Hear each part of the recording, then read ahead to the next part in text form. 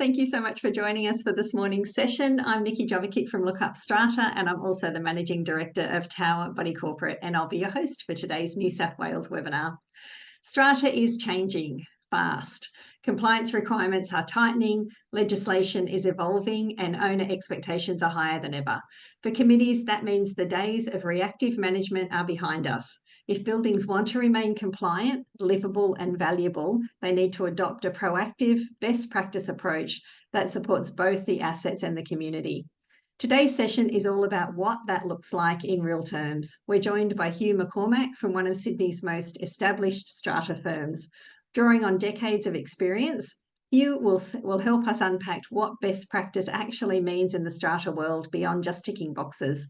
Whether you're managing a boutique, block or a complex mixed-use scheme, this webinar will give you practical insights into how to reduce risk, improve decision-making, and future-proof your building's operations. We'll also explore how forward-thinking committees are creating more resilient, better governed buildings by embedding smarter practices into their day-to-day operations. From risk reduction to sustainability, today's discussion is designed to equip you with real strategies that make a difference. This is a New South Wales-based webinar, so references to legislation will focus on New South Wales law. However, if you're joining in from another state, many of the broader concepts we'll cover, such as risk reduction, governance, and proactive committee practices, may still be relevant and helpful for your own scheme. And just a reminder, the content today is general in nature and does not constitute legal advice. So if you're dealing with a specific situation in your scheme, we do encourage you to seek independent professional support. Let's meet today's presenter. Hugh McCormack is the Managing Director of McCormacks Strata Management, a firm that's been in the forefront of Sydney's strata landscape for over 30 years. Under Hugh's leadership, the company has evolved into a high-performing strata advisory business known for its strong client relationships and partnerships and some of the city's most prestigious buildings. Hugh holds a Bachelor of Business with majors in real estate, finance and sustainable development, and has also served as Vice President of the Strata Community Association New South Wales. He's a passionate advocate for education and raising standards in the strata sector. So welcome, Hugh. It's really great to have you with us. Let's get started. Good morning, everyone. Thanks for joining us. Today, we're going to go through some best practices in your strata building. A quick introduction from me. Quick why should you strive for best practice in your strata scheme, and then we'll run through a couple of little topics on there. I've chosen only a top three today because I think we could have spoken about many things, but I'm just going to try and drill down on a couple of things that I think are critical and that what we observe in really good best practice buildings. Then I'll give you some final remarks. 25 years strata experience. I'm the Managing Director at McCormacks Strata Management. So a little bit about McCormacks. Established in 1992 by my father. We are based in the Sydney CBD, just over 100 buildings under our management. We do skew towards the medium and large buildings with a little bit of complexity. However, we do have schemes from 3 lots to over 600 lots. And so we do manage a broad range of buildings. But I think today's topic I've come up with because we're very fortunate to manage some really lovely buildings in the city and its surrounds. And we deal with some strata committees that really do strive for best practice in their buildings. So I don't pretend that every building in the McCormacks portfolio undertakes all of these practices. However, these are some of my observations around what the better buildings do. We love working with the engaged clients that are looking for the best from their building. So why seek best practice? In my view, every building has a culture. And if you implement some best practice processes and guidelines, it helps build the culture of your building. And if you build a culture that's centered around best practice and doing things right, then that will transcend the strata committee through generational change. An owners corporation is just like a business or any other organization. It's just that you can't choose your neighbors and you can't choose the people you have to work with. Every owners corporation does have the things that they do well and the things that they can do better. But today it's really about getting the fundamentals done and done well. If you do that and doing the small things right, the rest will follow. It improves transparency and builds trust with the Strata Committee, which then leads to a more harmonious owners group and less discontent when those difficult decisions need to be made. If you've promoted transparency and best practice, when those difficult decisions like a levy increase or a large project come along, I think the owners are going to have more faith in the Strata Committee, having observed the best practices over a period of time. I believe best practice helps build community, and it actually draws people into being committee members as well. Because if they can see a committee is operating really, really well, then in my view, they're happy to join the committee. And in the end, we just want to add value for the property. Let's dive into the topics for today. I'm going to go through a couple of little fundamentals on each topic and then move forward to the best practices. The first one is Strata Committee good governance. So as we know, and many of you, I think, are Strata Committee members already. You've probably attended lots of webinars. You will have been elected at the AGM, and there's various roles. You've got the chair, secretary, and treasurer. The chair role is to engage all members of the Strata Committee and chair the meetings. The Act doesn't make any provision for being an executive chair. However, many of our clients, the chairperson takes on that role, and there's nothing really wrong with that. The secretary, they're responsible for the correspondence, notices and agendas and minutes for meetings, and maintaining the records. Treasurer, issue levy notices, receipt payments, prepare accounts, budgeting, 10-year planning. Look, the reality is a lot of this is actually delegated to the strata manager. But a treasurer, for instance, you can get involved in that budgeting and 10-year planning. Best practice strata committees. So again, my observations of our clients who engage, in my view, in best practice owners corporation management, they seek out qualified people to join the strata committee. And I understand that many people, maybe in smaller buildings, that's not always possible. But if there's a new owner that joins, or you talk to people during the year, not 5 minutes before the AGM, that start talking to them. And it doesn't mean just qualified in accountancy or anything like that. It could be that they might be a trade. They might have some really good building experience and understand buildings. They also rotate the strata committee every 3 to 5 years. So a lot of these buildings that have best practice strata committees, that the chairperson only stays in the role for 3 to 5 years. So, and then they move on. They actually start considering succession probably a year out from when they intend to retire. They also seek to understand why each member joins the committee, what their skills are, and how they may contribute. Try and understand, if you're the chairperson of a scheme, try and understand what each member's skill set is, and then play to that strength. If they're good at communications or they're good at maintenance, use that skill set. Good strata committees prioritize what they need to do. So my suggestion is, after the AGM, the chairperson or the secretary issues an email out to all the committee members saying, what do you think we should be prioritizing this year?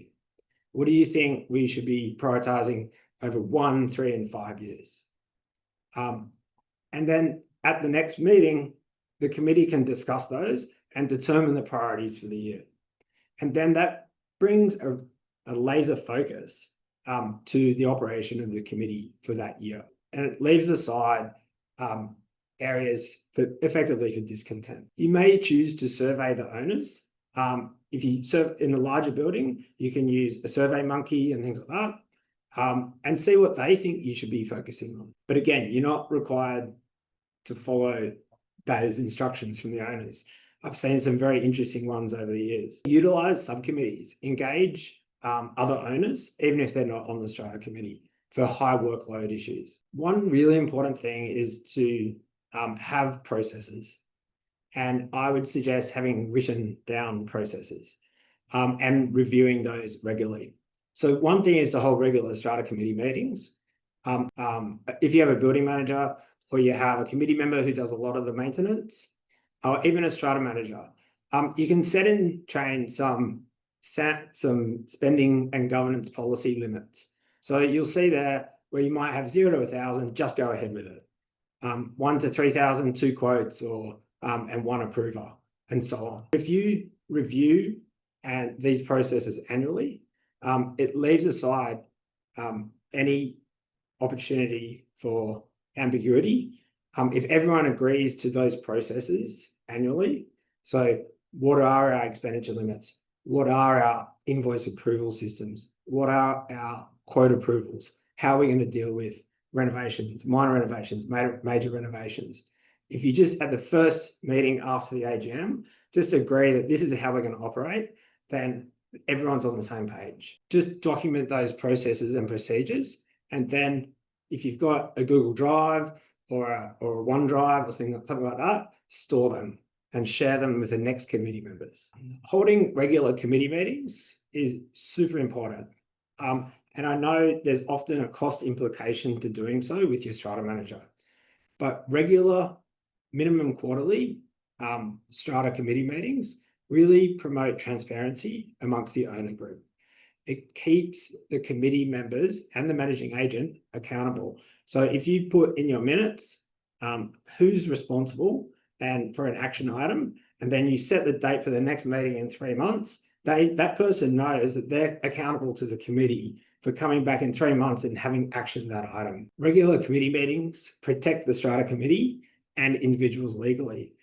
Emails are okay, but strata committee resolutions are much more effective in terms of protecting the individuals who are on the strata committee.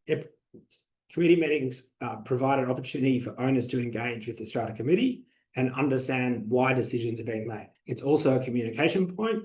All your agendas and minutes can assist with engagement. And I also suggest that you invite your strata manager along, because sometimes, believe it or not, we like to think we can add value to you as our client. If you do meet informally, try and talk to the strata manager beforehand, because the worst thing is if a committee unilaterally decides on a course of action, tells the strata manager this is what we're going to do, and then we say, actually, that's not compliant. And it just makes the strata manager look obstructionist, where we're really just trying to do our job. Best practice, agendas and minutes. Look, agendas should have a review of every action item. So again, just that piece of accountability. Review financial statements and arrears, so everyone's on the same page, and then any new items. Minutes, obviously record resolutions and action items, but we'll also record some context to each decision, but not every single conversation, and it's not a newsletter. You should always assign those action items and responsibility for that. And then record the time and date for the next meeting. That's the mark in the sand that everyone can work towards. It can be changed, but if you're setting that date for the next meeting at the current meeting, everyone knows the timeframes. I've just put a little tip for, I guess, good engagement. We know that not everyone reads the minutes in detail, unfortunately. At the top of the minutes, we often put a couple of paragraphs written by the chair or the secretary saying, this is what the committee is focusing on at the moment. These are the key takeaways from this meeting. And that's a really good way of summarizing the minutes. It's like an executive summary. Subcommittees are a great way to engage with owners, but also spread the load from individuals. So obviously, there's some buildings just have 1 or 2 people doing the bulk of the work. However, if you can engage with other owners just on special interest items, I think that's a really fantastic way of doing it. We're going to talk about maintenance and managing trades. The fundamentals, if everyone doesn't know, if you're all seasoned committee members, I hope you do know this, but there is no defence for not maintaining the common property. It is the bedrock of the Owners Strata Schemes Management Act. Section 106, if anyone needs to review that. Each building, you should have your routine services contracts, cleaning, grass, obviously landscaping, pool, and window cleaning, preventative maintenance contracts, which is just your regular services of your assets. There should be agreements in place for that as well. Preventative maintenance is actually really important because it ensures longevity of the equipment and lowers costs over the long run. Then you've got your ad hoc and emergency repairs and your long-term capital works. So best practice repairs and maintenance. As I said, preventative maintenance really helps your building have longevity to its assets.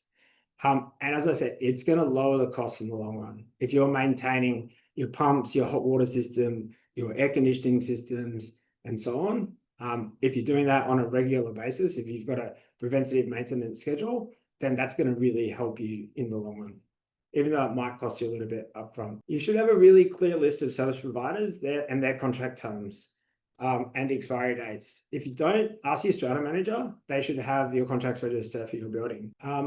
Service agreement should include a clear scope of works and periodic services and termination provisions. I'm all for seeking alternative quotes or multiple quotes at the end of each agreement.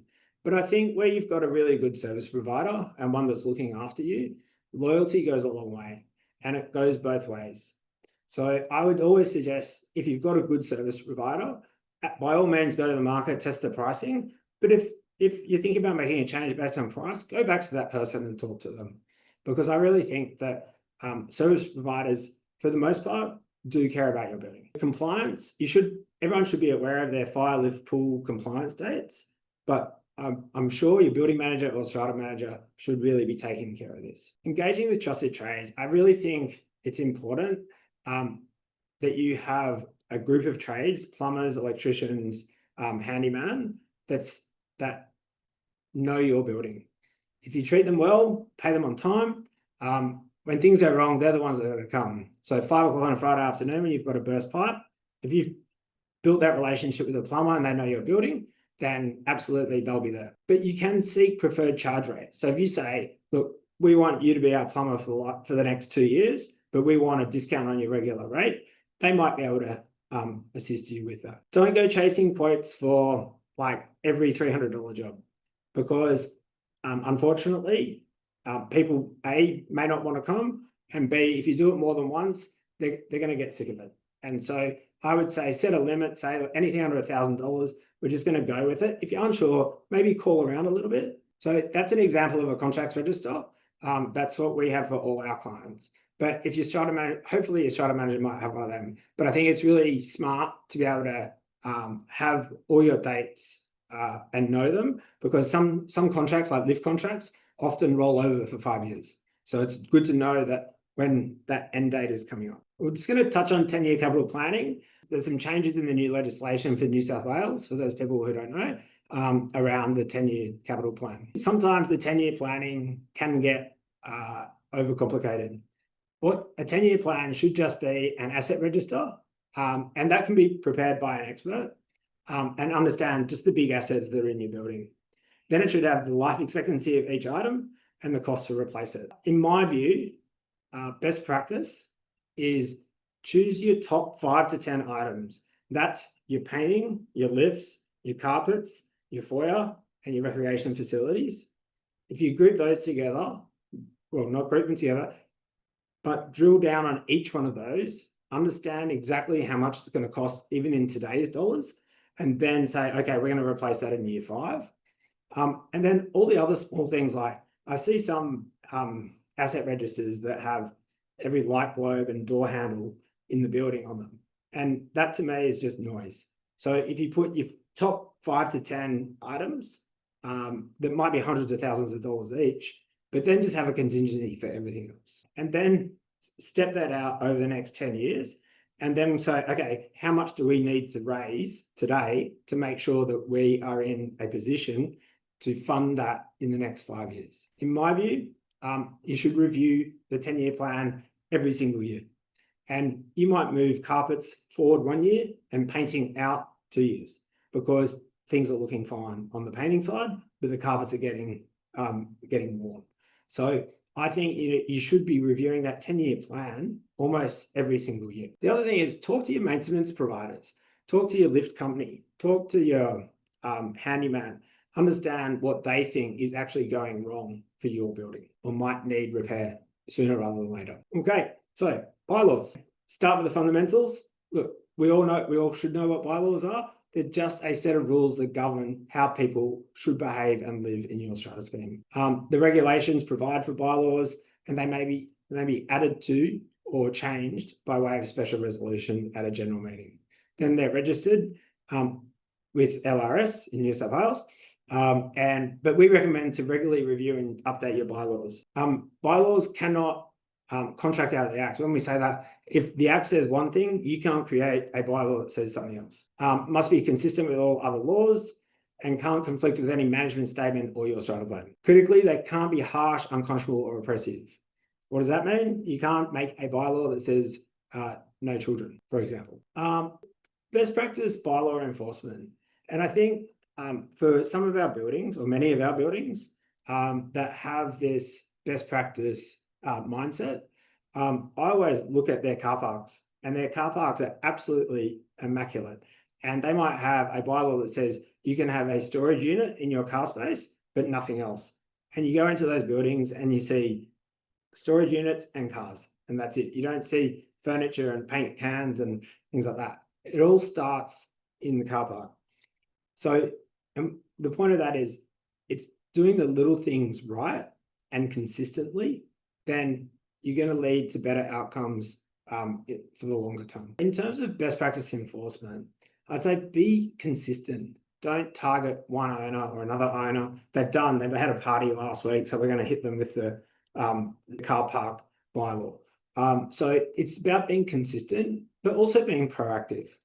Communicate to residents that you are taking bylaws seriously. And then I've put a sample procedure there. You can publish the sample, that procedure to the owners and say, this is how we are going to enforce the bylaws. And then when they do get that first letter from the strata manager, they don't want the second one, and they don't want the mediation nor the NCAT application. So if you are consistent in terms of enforcing your bylaws, you're going to have a great opportunity of getting good outcomes in terms of those enforcements. If you are going to need to enforce it through mediation or NCAT, having evidence is critical. If you issue a notice to comply, you also need to allow reasonable time for them to rectify the breach. It might not be that easy for them to remove a piece of furniture or whatnot in their car space. So give them a couple of weeks, then do another notice to comply, and then another couple of weeks, then you've got 2 notice to complies to deal with. If you do end up at mediation or NCAT, mediation, you should be prepared. I think everyone should be prepared to mediate and compromise, but it's a separate process from NCAT. It's run by Fair Trading, not by NCAT. And it's got the goal of avoiding NCAT matters, actually. The mediators are great. I've been in many in my life, unfortunately, but the mediators are highly trained, they're really friendly, and they are there to seek outcomes. It's actually a requirement to mediate before going to NCAT for most matters. If you do end up at NCAT in terms of enforcing bylaws, you need to demonstrate that that person has had consistent breaches and they've ignored the warnings that you've provided.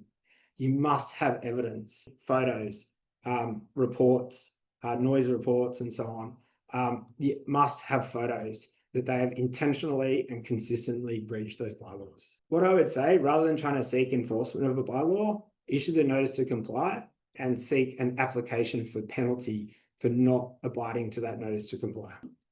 My final remarks, what's on our radar at the moment. So for New South Wales, really significant changes to levy processes.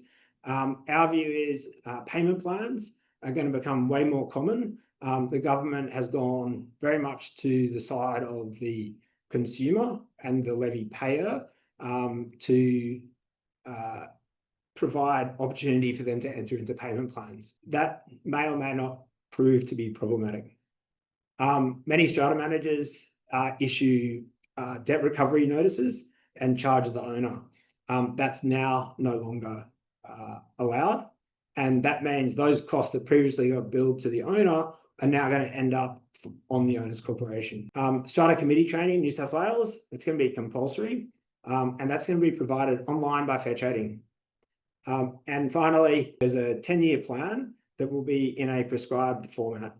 And then finally, in 2026, there's some there's some changes to fire regulations and certification requirements, again, leading to higher costs. Thanks, Hugh. That was fantastic.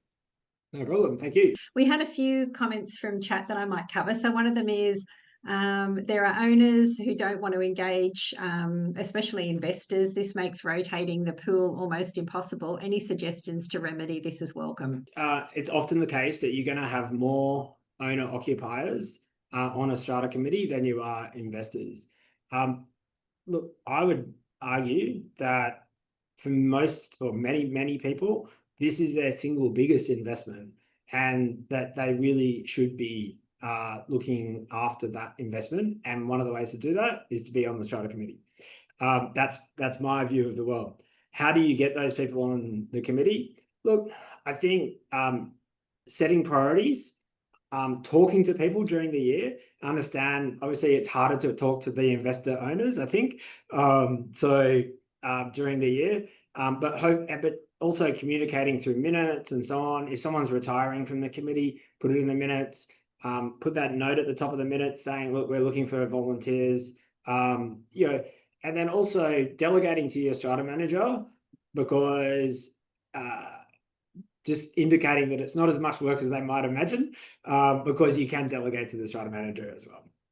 Okay, wonderful. Thank you. And we might just cover a couple of comments that have come in through chat, just some comments on everything's leading to a higher cost of strata living, which I think you'd pointed to as well, Hugh, in your presentation. I saw that comment, and look, unfortunately, the only thing that we can do is, look, I'm all for a well-maintained building, because that will lead to lower costs in the long run.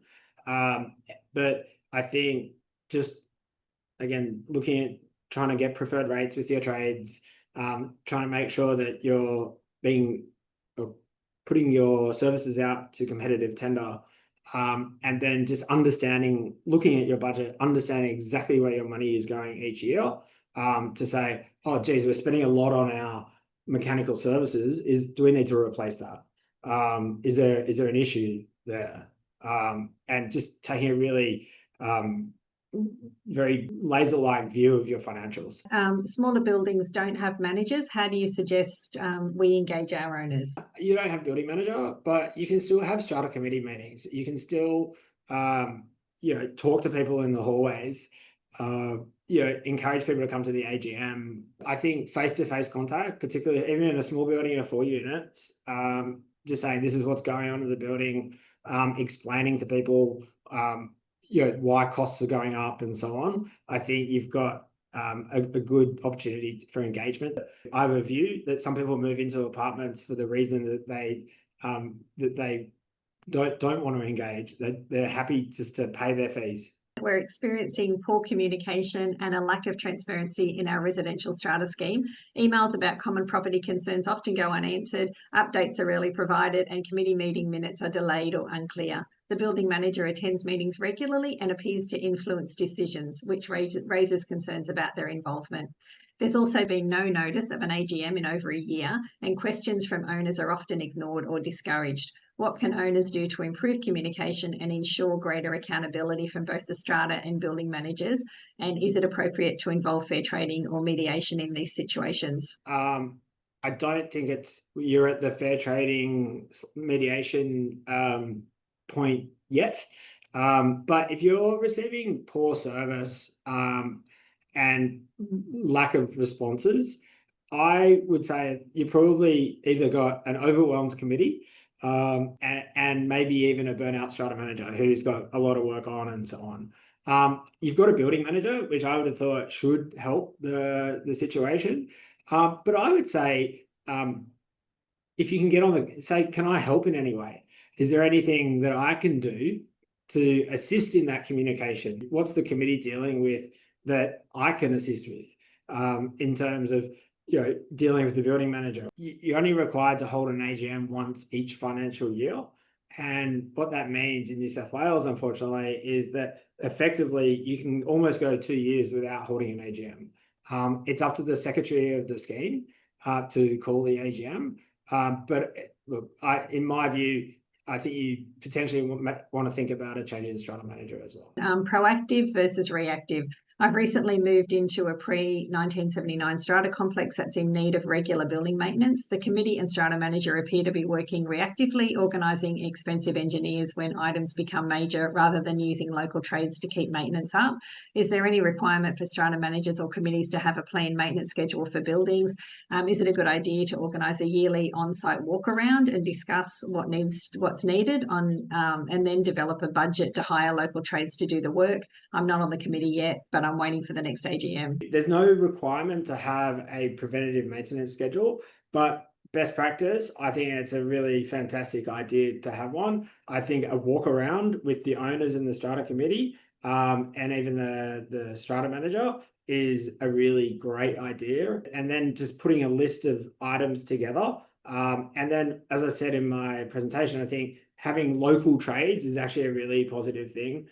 Building the relationship with them, and then scheduling out maintenance or small improvements over the course of 12 months, or have a 1-year plan and a 3-year plan. It's great that this person is looking to get on the strata committee and try and make a difference and put in place some of those processes. Our strata committee has a reluctance to engage our existing service providers for jobs for which they are fully qualified and who have provided excellent service for many years. They feel change is necessary to spread the load and perhaps cut ties with the previous management. In the current climate, it is surely in our own interest to maintain a healthy relationship with existing providers from both a financial and quality perspective. It sounds like there might be a new committee looking to effectively either save costs, or there's been an issue in the past that sometimes when a new committee comes in, they see the management team is aligned with an old committee and they want to change everything. And that's certainly not my view. We've experienced that, and our feeling is we're really happy to engage with every new committee. If they want to take a new direction, more than happy to have that discussion, draw a line in the sand, and see what we can assist them with. The reality is, and I agree with this person wholeheartedly, if you value those relationships, those people have a lot of history of your building, and that they can offer a lot of value to that committee or new strata committee. To assist the committee, we're currently considering employing a part-time 2 to 5 hour per week building manager to support the day-to-day operations of our 30-plus-year-old 20-unit apartment block. As secretary, the changes occurring and the lack of interest by owners in maintaining the block is becoming onerous, time-consuming and a burden. Will employing a building manager relieve some of this pressure and responsibility from the role faced by the committee and the secretary in general? Short answer, yes. And having that level of building management and expertise will bring value to your building as well, because they're the experts. They might have a look at some of your maintenance practices or your service providers and say, well, actually, to bring a greater level of professionalism and cost control, we believe we can do this. They're the experts. They're going to know what things cost. So the value of that building manager it will be as much as you pay them, I would suggest. One caveat: the 3 to 5 hours isn't a whole lot. Just be clear with them as to what their scope is for that 3 to 5 hours, and if they've got any expenditure limits, or if they're going to charge extra over and above that 3 to 5 hours as well. But yeah, I think it's a great idea. And to be honest, I'm seeing it more and more where committee members are exhausted and they've been doing it for 10 years and they need a level of support because other owners aren't stepping up to the plate, unfortunately. And is that a usual decision? Do they usually look to put on a building manager if they're feeling a bit overwhelmed? Or it can be. That would be one of our recommendations for them to consider. Look, there's certain strata management companies out there as well that have a bit of a hybrid system as well. That would be one of our recommendations. But there's a cost implication to that, and the owners need to agree to it. Yeah. What's happening with insurance commissions in New South Wales? And did you want to just touch on that quickly, Hugh? In New South Wales, there's been a lot of discussion around insurance commissions over the last 12 to 24 months. Nothing has strictly happened yet. The government has made some changes that affect strata managers' ability to retain a commission if they don't arrange insurances. What is the most recent development, I would say, is that the SCA New South Wales, which I'm a proud member of and previous board member, have taken a policy position to phase out insurance commissions from managing agent remuneration. So, and that's going to be a phased out 3-year program. And what that means is effectively the manager won't receive the commission anymore. However, management fees or other services fees are going to need to increase because the cost of running a business doesn't change. But if you take away a portion of income, being the insurance commission, then it needs to be made up in another area. And some companies have already moved towards that process anyway. I think McCormacks is one of those, but we're seeing it more and more as people are transitioning over and they're part way. But I think also to be mentioned, it's only SCA members that are bound by this, and companies that aren't part of SCA in New South Wales don't have to comply to that change. That's correct. Look, yeah, as a business, we took a decision many years ago to remove insurance commissions for our base management fees are naturally higher. But yeah, just I guess that was done in conjunction and discussion with our client base as well. And we've still got a small portion, but we'll be getting rid of those as their agreements come up. We had a question come in. There's been a bit of a discussion on it in chat, but about committee members asking for input from owners about doing changes or maintenance within the building and not really getting any response back from the owners, or getting very little response back from the owners, and then taking on the decision themselves, and whether that leaves them liable or not, or if maintenance is not being completed in buildings as it should be as part of the legislation. Yeah, as I flagged in my presentation, you're required to maintain the building and to protect the strata committee members. I highly recommend holding those strata committee meetings and just resolving those maintenance commitments. A decision of the strata committee is a decision of the owners corporation, so a properly minuted decision, and the committee members are protected by legislation.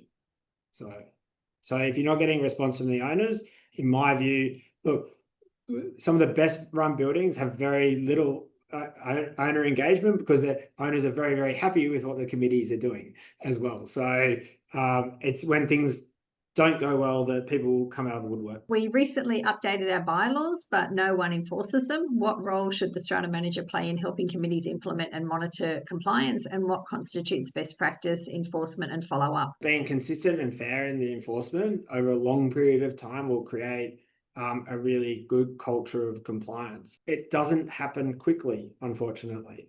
So it's just over time, you need to consistently enforce those bylaws.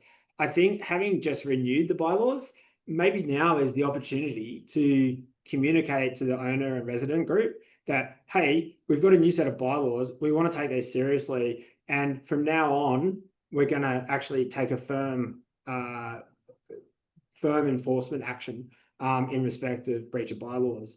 I would say you got to give a bit of leeway on this as well. Give people lots of opportunity because it hasn't been done in the past. But the message has to be, we are now taking this seriously. What's the role of the strata manager in that? Look, to be honest, the strata manager isn't on site, so they don't know if the bylaw has been complied with or not. The owners and residents, the eyes and ears of the strata manager on the ground, they need to report back to the strata manager. But you got to be fair and consistent. Don't target any one person, don't target any particular group or just one bylaw. You got to do it consistently over a period of time. That's what I would say. Our scheme is well maintained and we get on very well, but we're not very good at communicating that to our owners. Is there value in actively reporting on committee actions and achievements, even when nothing major is going wrong? Could that help with engagement and trust building? 100%. So always communicating with owners about the positives is a really good thing. Again, I would say record actions in the strata committee meeting minutes. Add that little note at the top of the minutes, a note to owners saying this is what the committee has been doing on your behalf. And by doing that, and if people start seeing that things are actually happening and being done well, then they might be encouraged to join the committee and make a contribution as well. If you're doing all of that, it's going to help you in the long run, because when it's well run at the moment, it will be well run into the future. But when things do go a little bit wrong or something big happens, then the owners will have a lot of faith in the committee that they're doing the right things. Yeah, it sounded like a very nice building to me when I read that. Yeah, that's what I thought as well. Our building lacks a clear long-term maintenance schedule or preventative plan. We just wait for things to break. What's a simple, scalable way for small strata schemes to introduce basic preventative maintenance and future-proofing practices without overcomplicating things? Coming back to that baseline obligation to repair and maintain in good and serviceable repair. So it shouldn't be about waiting for things to break. But obviously sometimes there's cost issues around that.